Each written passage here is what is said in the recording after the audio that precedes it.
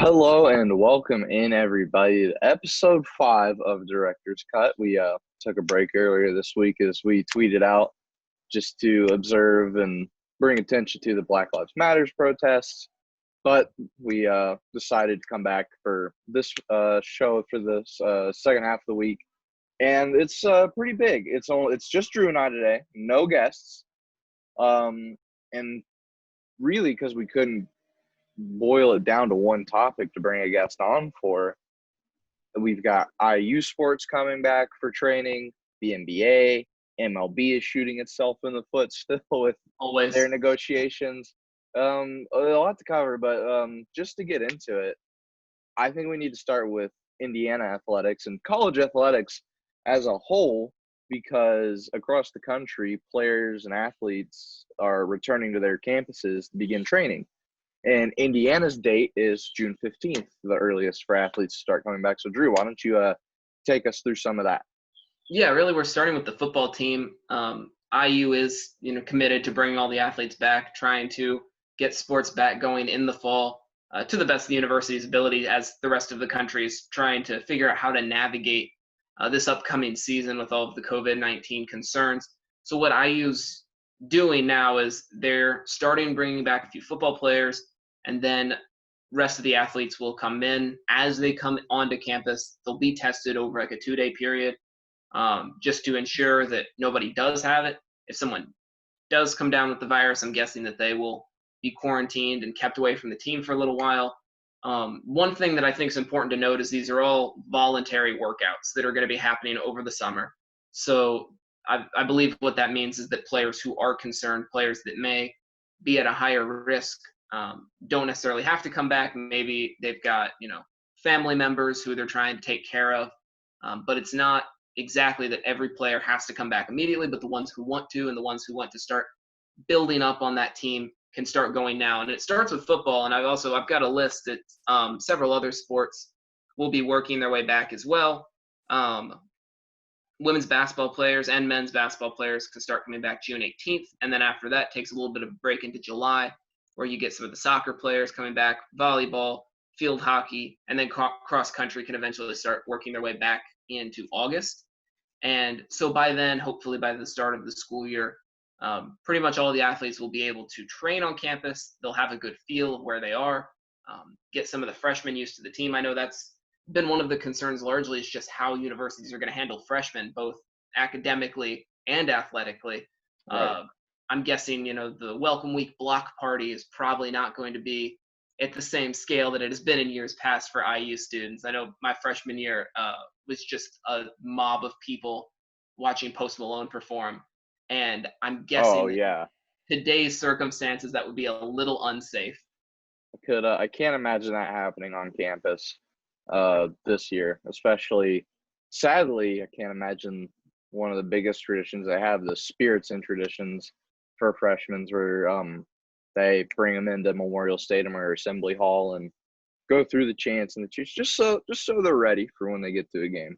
But I don't see that happening either. But yeah, all the athletes coming back, and really the biggest issue we mentioned is testing for the virus, which at other schools as they come back has been sort of an issue.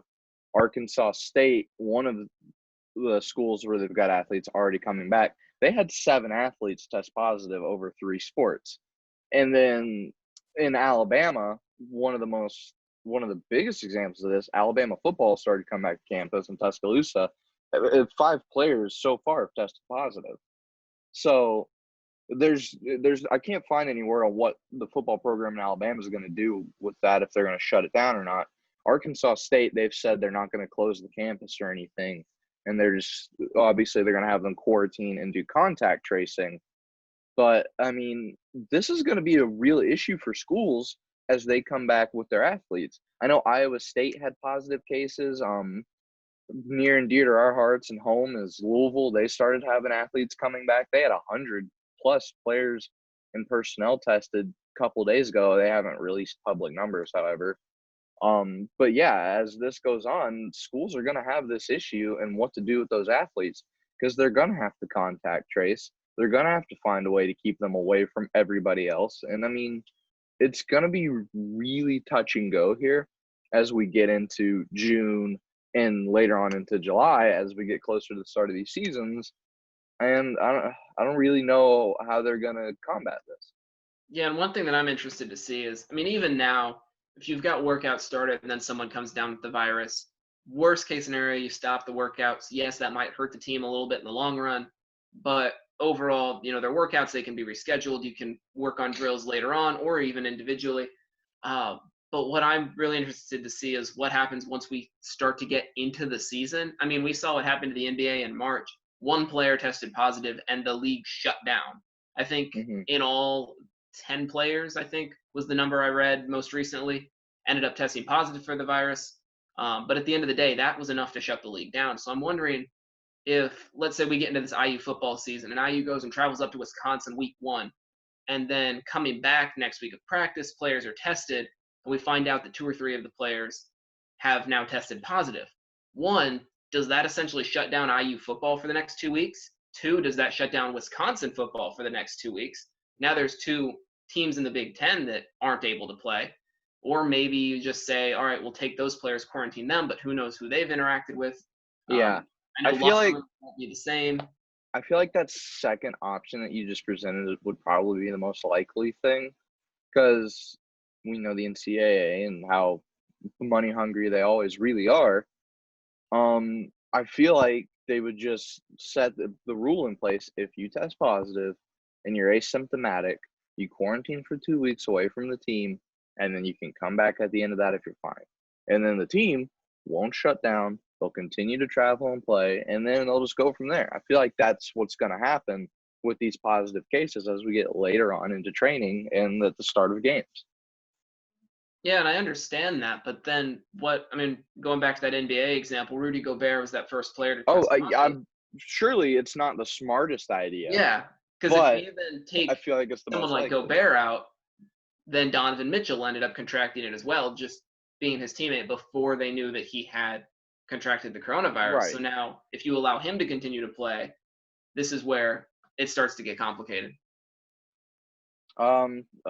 If you saw me laughing earlier, somebody sent out a tweet about the Alabama situation and it said, "We want Bama from COVID-19."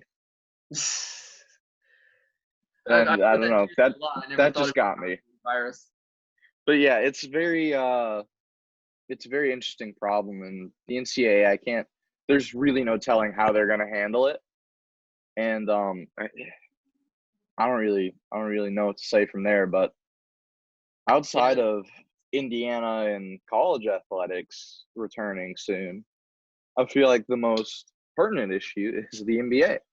Literally today, June 4th, dating the day that we're recording this, NBA Communications in New York sent out the letter that the NBA Board of Governors have approved a competitive format to restart the 2019-2020 season, which will include 22 teams returning to play. Basically, what this means is the 8 teams that were already in playoff spots in each conference, they're in the playoffs. Cool. And then an extra 6 teams that were currently 6 games or fewer behind the 8th seed in their respective conferences. And that's who's returning to play. The teams with the NBA's 22 best records is what it is, basically. And it's all going to be in the Walt Disney World Resort near Orlando, Florida, a single site for all games, practices, anything, housing. They're going to use Disney resorts. And how it's basically going to start is there will be 8 seeding games, kind of a weird comeback preseason, regular season, weird thing. But basically, it's a little play-in tournament for the 8th and final playoff seed in each conference, depending on the records across the regular season games and the seeding games. And then once the playoff field is set, the NBA playoffs would proceed in a traditional conference-based format. And it will just be like how it always is, with the end date no later than October 12th. So, yeah, given the circumstances, I think it makes sense as a move.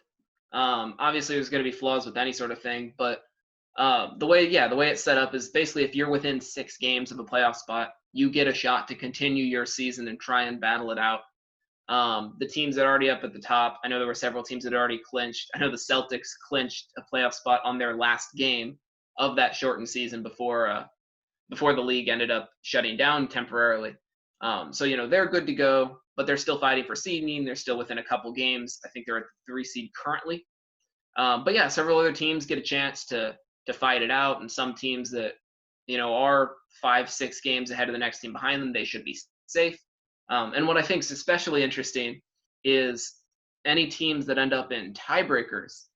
The way that I read it would be determined is if you've got that, you're fighting for the 8th spot, 8 and 9 end up tied, because it's only 6 games, that very well could happen. Right. There's a very high chance that there are a lot of tiebreakers that they have to figure out.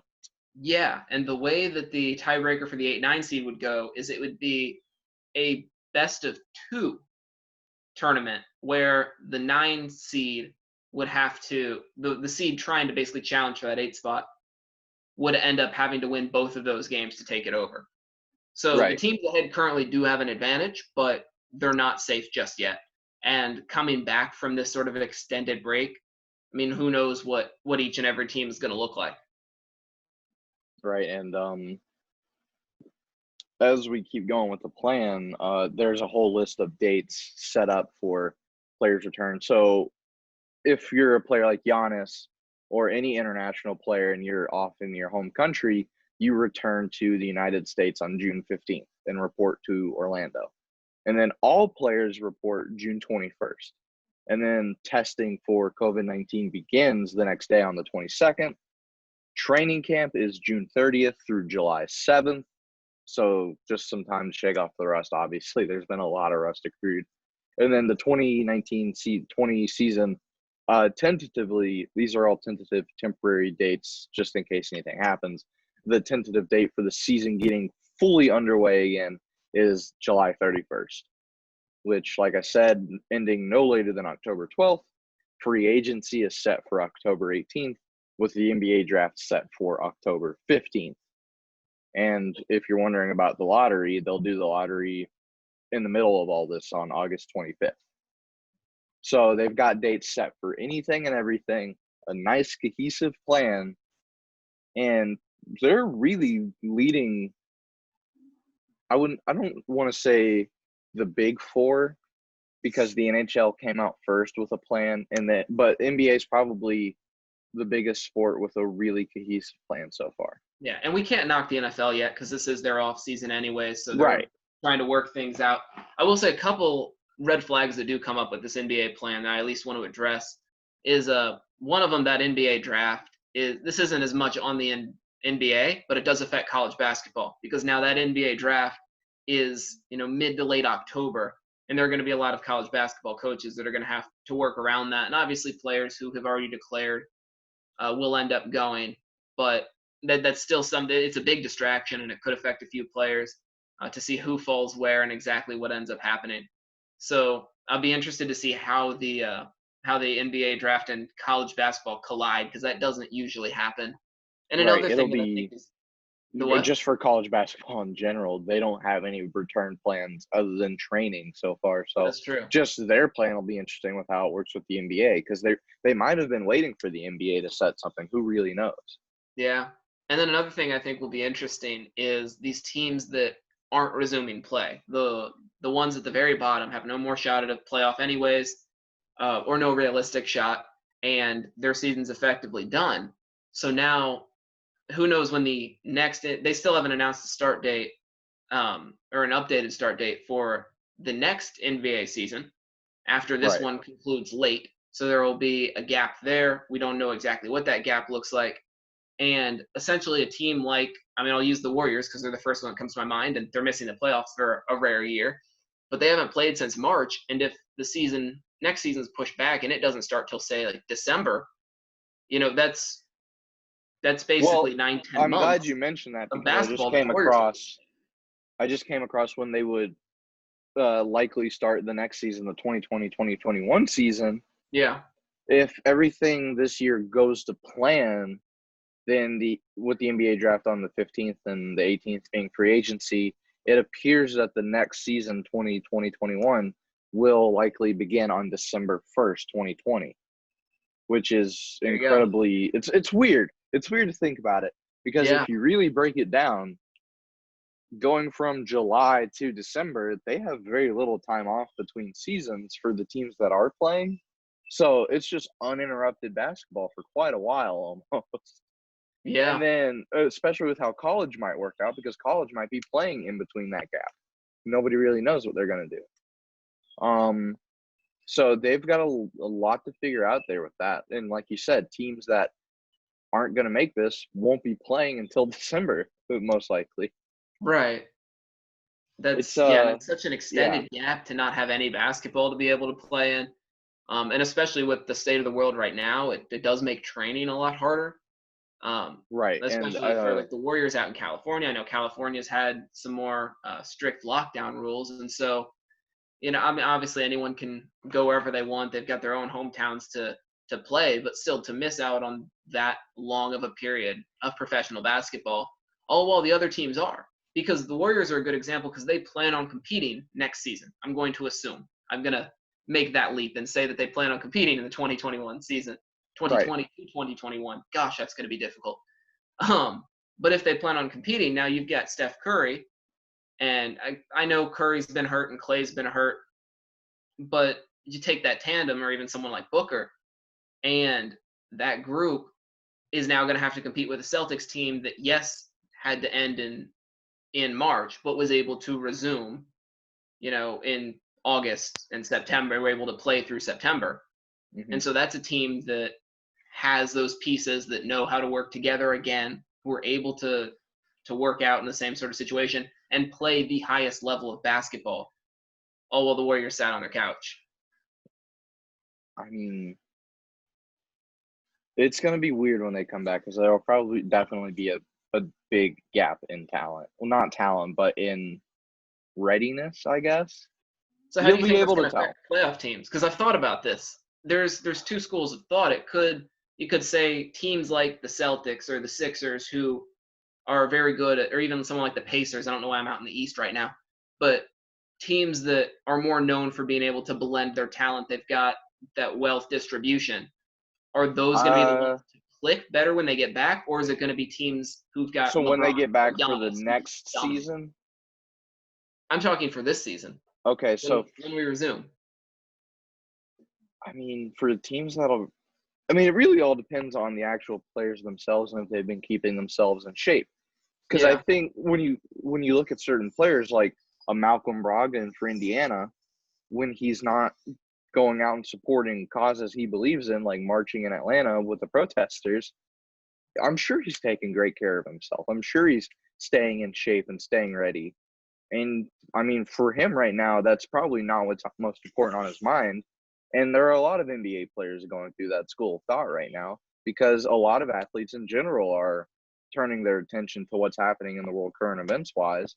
that's true. But I think in my mind, their coaches and their GMs, as this was all happening and they sent them home, they told them to stay in shape. And a lot of these players have places to go to stay in shape, private gyms at their houses where they can shoot and run through drills. And I think I want to think they've been doing that. I want to think they've been trying to stay ready because, in my mind, and we had this discussion with Mike when we talked hockey, basketball is probably one of the easier sports to stay in shape in because it's easier to find a place to go shoot. It's easier to find a place to run drills. Yeah, Maybe some not to people have do private hoops in their house. right. Maybe not to do live drills with somebody against somebody, but I mean, you can still keep your shooting sharp. You can still keep your body in good shape and endurance wise.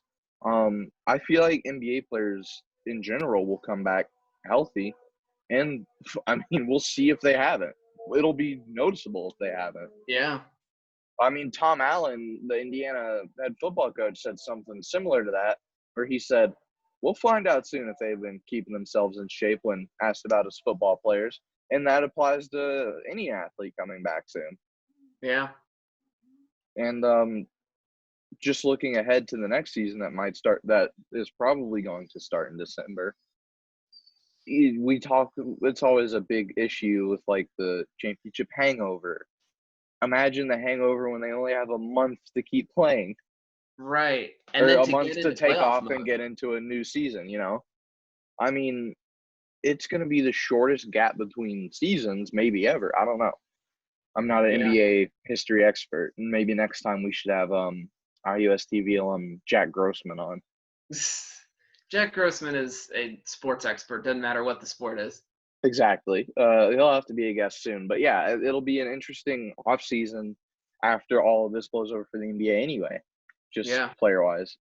Maybe it's an advantage for the teams that aren't coming back to the playoffs or get eliminated early that they have that time to rest up, and then the teams that go deep in this 22 team format are screwed because they come back with only a month of off season. Who knows? Yeah, there's a lot of different schools of thought there. Yeah, but the NBA, regardless of the questions that need to be asked or answered about it, however important they may be or not, they have a plan. They're going to try to stick to it. And that's more than you can say for our next topic of Major League Baseball. We've harped and harped and harped on Major League Baseball that they're just shooting themselves in the foot. It's embarrassing. And it is embarrassing. A couple weeks ago, in Major League Baseball said, or writers around Major League Baseball said they think they can get a start date around July 4th. Well, it's June 4th now. They don't have a deal. They're still bickering over money.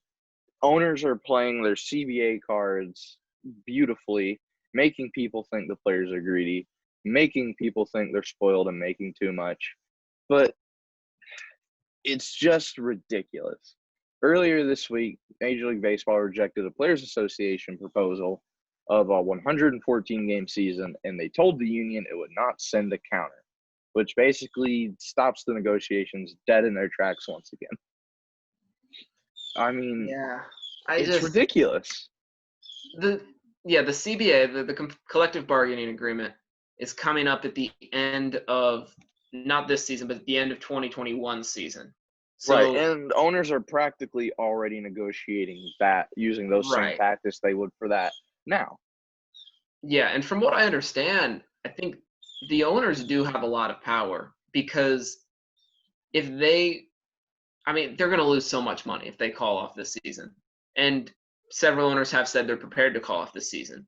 But if they do and they're able to sort of force the players' hands into negotiating a very owner-friendly contract just to get the season back up and running, then they go into that 2021 collective bargaining agreement with so much leverage.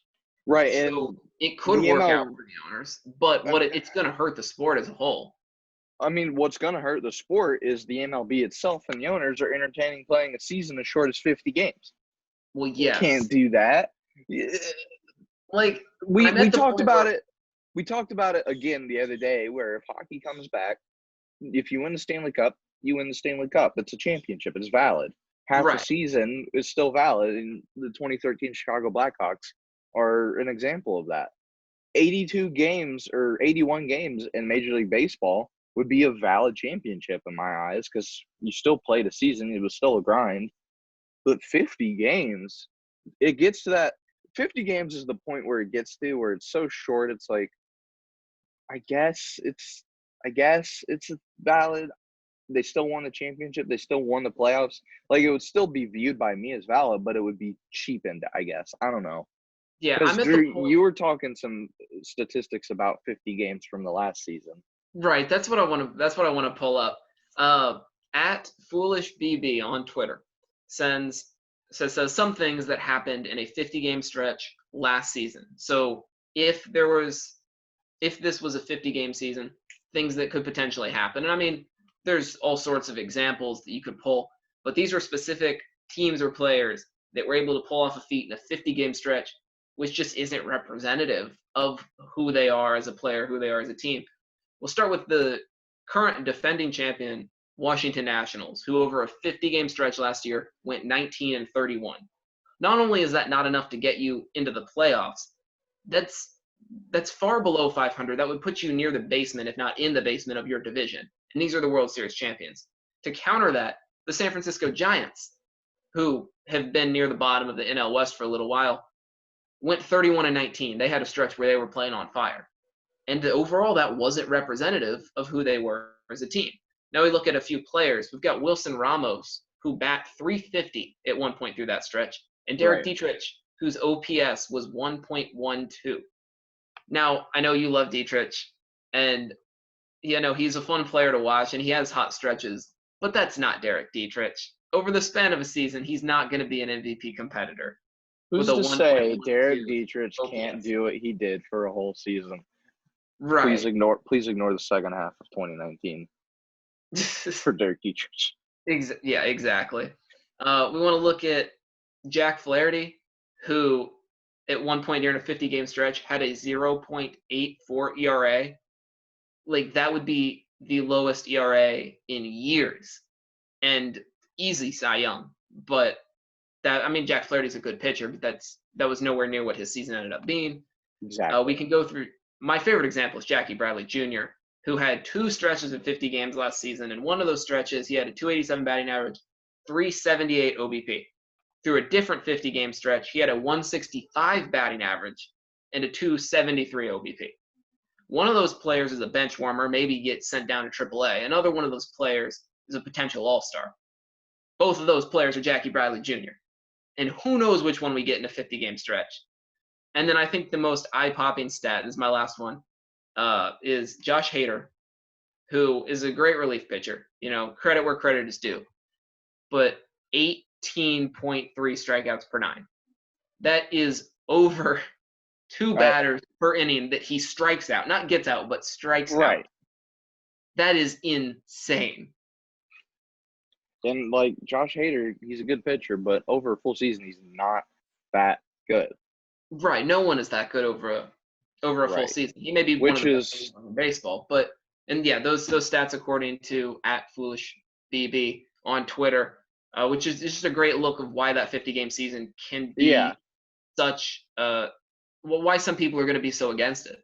It would be controversial because yes, the championship would be valid with whoever would win the World Series. But could you really in good faith say the stats are?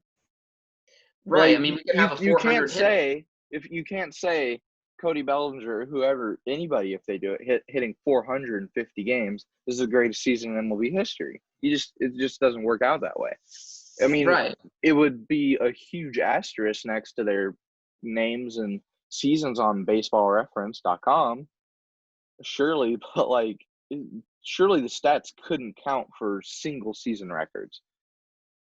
Yeah, and there have been multiple players, whether it's someone like Wilson Ramos, who, Ramos is a solid player, but not an MVP candidate, or even like Cody Bellinger last season, which, hold on one second, You got a Cody Bellinger bobblehead back there? Yeah, sorry, I had to grab this while I'm talking about him. So, Cody right here, who's currently holding his Rookie of the Year plaque, but I'm going to be talking about his MVP season, but I feel like I need to there we go, I can pose now. Cody has had both his Rookie of the Year and his MVP season were incredible first halves. Right. And let's say that this 50-game stretch will treat it like a first half. Cody Bellinger would be a strong candidate to win another MVP this year. But that could be because he hits, 415 over his first 50 games. And then just like his MVP season this past year, he falls off and hits, 260 or something. I don't know what the exact numbers are. But I will admit, as I'm a Dodgers fan, and I'm so happy and excited to see Bellinger win that MVP. But his second half was nowhere near MVP caliber. He was a great player, but he got that for his first half. So now in a 50-game season, someone like Bellinger could end up, with a triple crown, batting over 400. But as a triple crown, that's such an impressive feat. Is that even legitimate if it's through a 50-game stretch? Yeah, because there could be multiple triple crowns. Well, not really, but there could be people who in a normal season will qualify for it with the numbers. There would be people fighting for it, multiple people having those 3 things,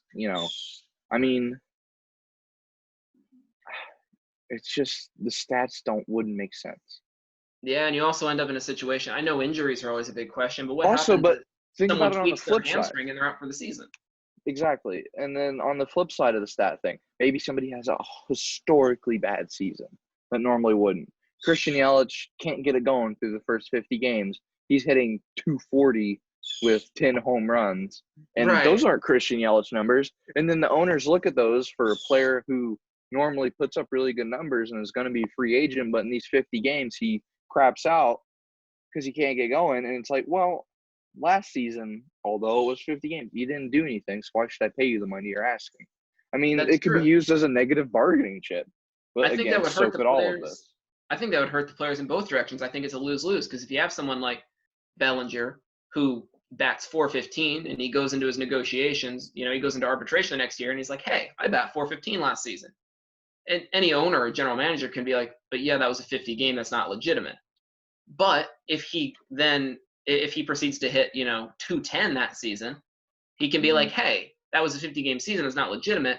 But then a GM or an arbiter could respond, "Yes, but it's been over a year, over a year and a half since you've produced at this sort of a level. Why should we pay you?" So I think Right. that's almost a lose-lose for the players. Yeah, it's just not a good situation for the MLB because they were already losing. I don't want to say this because I love baseball, but they were already losing market share in a sports world in this country where the NBA and the NFL are kings. And that's undisputable at this point. MLB needs to get going marketing wise to really catch up with those two leagues. And this is just hurting them, in my opinion, to an extent that they may not recover from this for a while if it doesn't work itself out soon, you know? Oh yeah, baseball has always been my favorite of the big four sports, and I've been a baseball fan for most of my life. But I fully recognize that it's taken a backseat to basketball and to football in terms of support, in terms of younger support, and that's been a historic issue for baseball, at least through my lifetime, is being able to market itself. The Mm-hmm. public relations and the marketing of the MLB has been abysmal for years, and I just think this is just another step, towards the edge of the cliff where baseball might lose its support. And especially you get a lot of older viewers now who have been following baseball their entire lives and they've seen this sort of downward trend. If you end up just not having a season out of pure pettiness, just It's unacceptable. economic battles, it's not a financial issue. Oh, we can't fund a season. It's just no one wants to. I think you're going to lose a lot of these older viewers who might already be on that path of And baseball's losing. This is the end. and make no mistake, it would be the owner's fault. It 100% Mize would be the owner's fault because they're the ones just not I don't remember the word. They're just not keeping up with the agreement they made. Okay? And Yeah. the financials are there for them. They're billionaires. You can't tell me that they can't pay these players. I mean, they're crying they can't even pay the minor leaguers $400 a week. It's ridiculous. These organizations. I've seen There are teams there that are a have, few that are doing the right thing, like the Minnesota Twins. yeah, But other than that, as a whole, the teams in Major League Baseball, the owners, the ownership groups, are really showing who they actually are. Prime example, the Oakland A's. They cut so many minor leaguers and are refusing to pay their minor leaguers the money that they deserve is solely because of things that they can't control. And I think the more and more this happens, the less and less support, like you said, this sport will have. yeah. And even some of these like regional ties. I mean, for like I'll use my city of Louisville as an example. Doesn't have a major league team. Doesn't have a major team in any sport. But the Louisville Bats are that tie. And yes, people don't historically go to the Bats games. They haven't been good in years, and there's a list of the reasons why the Bats aren't, a huge deal. But Mm-hmm. that's Louisville's tie to the major leagues. You can go you go down to Lexington where the Lexington Legends are. That's a high A ball team, I believe. That's somewhere in that A ball range for the Royals. But that's Lexington's tie to the major leagues. And now if Right. those teams aren't even, I mean, if Lexington has to shut down its minor league team, then you've now lost even that little pocket of support that you had in Lexington. Maybe there's some Royals fans in Lexington because they've And watched their teams come through. and even before all of this, when they were looking at getting rid of so many minor league teams and their affiliations before any of this pandemic happened. I mean, the Yeah. MLB and the minor leagues, they've been waging a war on minor leaguers for a while now. And like you mentioned, that thing happening in Lexington, if the Legends don't come back, it would happen in so many towns across the country. I mean, Yeah. Greenville, Tennessee, Billings, Montana. I'm just going through Reds affiliates, but even Bowling Green, Kentucky with the Hot Rods, a Rays affiliate. I mean, Right. there's so many of these communities that lean on these minor league teams that are small that You've would got be losing out on some big stuff. cities that support teams too, like Chattanooga Lookouts or the Oklahoma City's The got Brooklyn teams, you know. Cyclones. I mean, Yeah, that's all Brooklyn minor league baseball. teams aren't in these small towns or small college towns like Bowling Green Hot Rods or whatever. But there are so many of these that are really leaders in their community that if you get rid of them, that town loses something. Yeah, And just the way Major League Baseball and its owners have been waging the war on the minor leagues, their own players, the fans at this point, it's really ridiculous and needs to stop yeah, and I because will say, they want to reach out and act for in crocodile tears trying to get public support.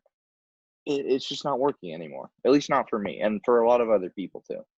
yeah, and I will say, I do recognize that the owners, when they originally made that agreement back in March, there was a clause, you know, if fans aren't present, we can renegotiate the contract. So they do have the right to negotiate the contract, but I think they're getting more and more bad press. It's just a really bad look for them. Is now not only are they not wanting to pay the major league players, the stars that everyone knows, they're not willing to pay the minor league players. And then we've seen some players and some teams step up. I know there was one team that said all of their major leaguers were pooling together to pay some of the minor leaguers out of their own pocket. I know from a Dodgers perspective, David Price, I don't have a bobblehead of him. Otherwise I would pick him up.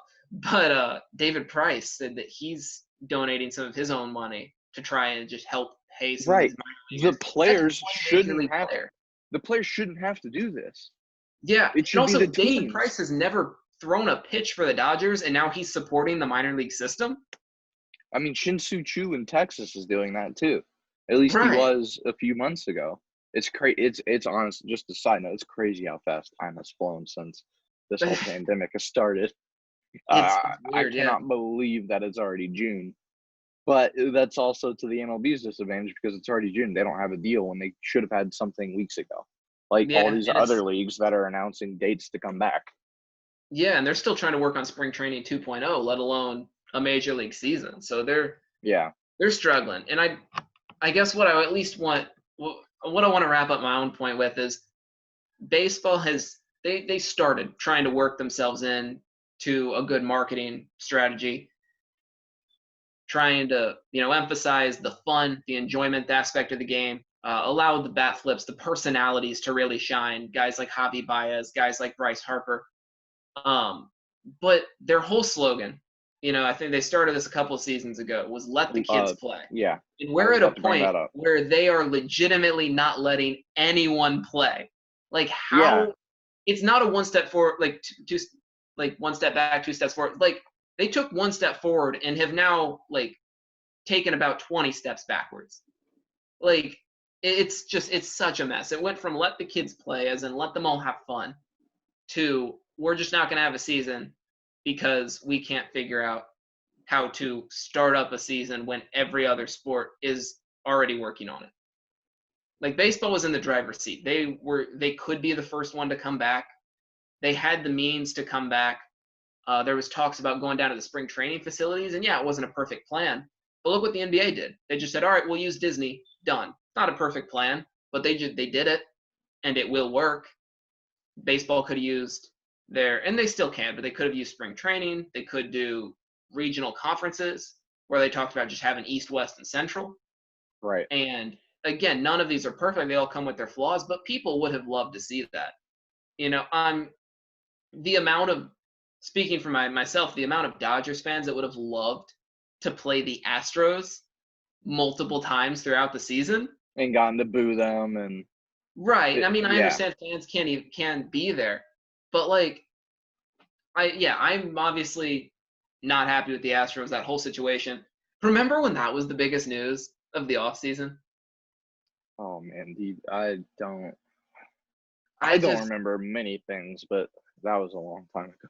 yeah, it was like January, and I was like, the two things on my mind was like, Australia's on fire and the Astros cheated.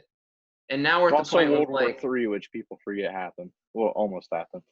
right. And now we're at the point where it's like, well, baseball might not be happening this season. Yeah, which isn't even a top 10 thing happening in the United States right now, Oh yeah. honestly. There's so much more that's like of such high priority right now. But yeah, Major League Baseball not looking great. That's pretty much what it boils down to. This week, or yeah, I guess this week, no movie additions to our sports movie list. Going over what we've got baseball and hockey so far. Baseball was what? Moneyball, Field of Dreams, and And Major Major League. League. And Yeah. then hockey was Sidney Crosby off the ice and beyond something. Yes. I'll have to get with Moose to like get the actual name of that. And then we had Miracle, Miracle. and then I think we had Goon. I'll I have to go think back and check the tape, but right. I'll actually get that written down. But There we go. we'll, Work to and our we'll greater get project. It could be a lot of fun. yes, and but we'll continue that next week.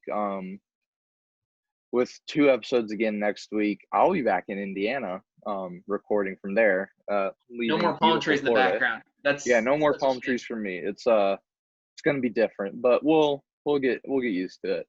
Yeah. Yeah, I guess we'll see you guys Wednesday again when the next episode will come out. Yep. Hopefully we have some more news coming out, but we'll have another guest on then, and we'll see you all, like I said, Wednesday. Drew, you got anything else? Nope. I'm glad that we're able to keep talking about this. I know I do want to at least say I'm optimistic. I try to be optimistic as a person. As much as we can sit here and complain about baseball, it's not done. There's still a chance, and I'm going to hold on to that chance until they announce that the season is canceled, because I want to see Cody Bellinger with another trophy. So Right. on that note, Right. thanks And for and tuning in. yeah, just lucky we get to at least talk about this. And again, if you can support any movements out there that are really worthy of a worthy cause and of support, and if you can donate anything to any Black Lives Matter charity or any charity at all, really, in this time, because there's still COVID-19 causes that need your help. Just support in general. Just do anything you can, and we'll see you next Wednesday. Thank you all for tuning in.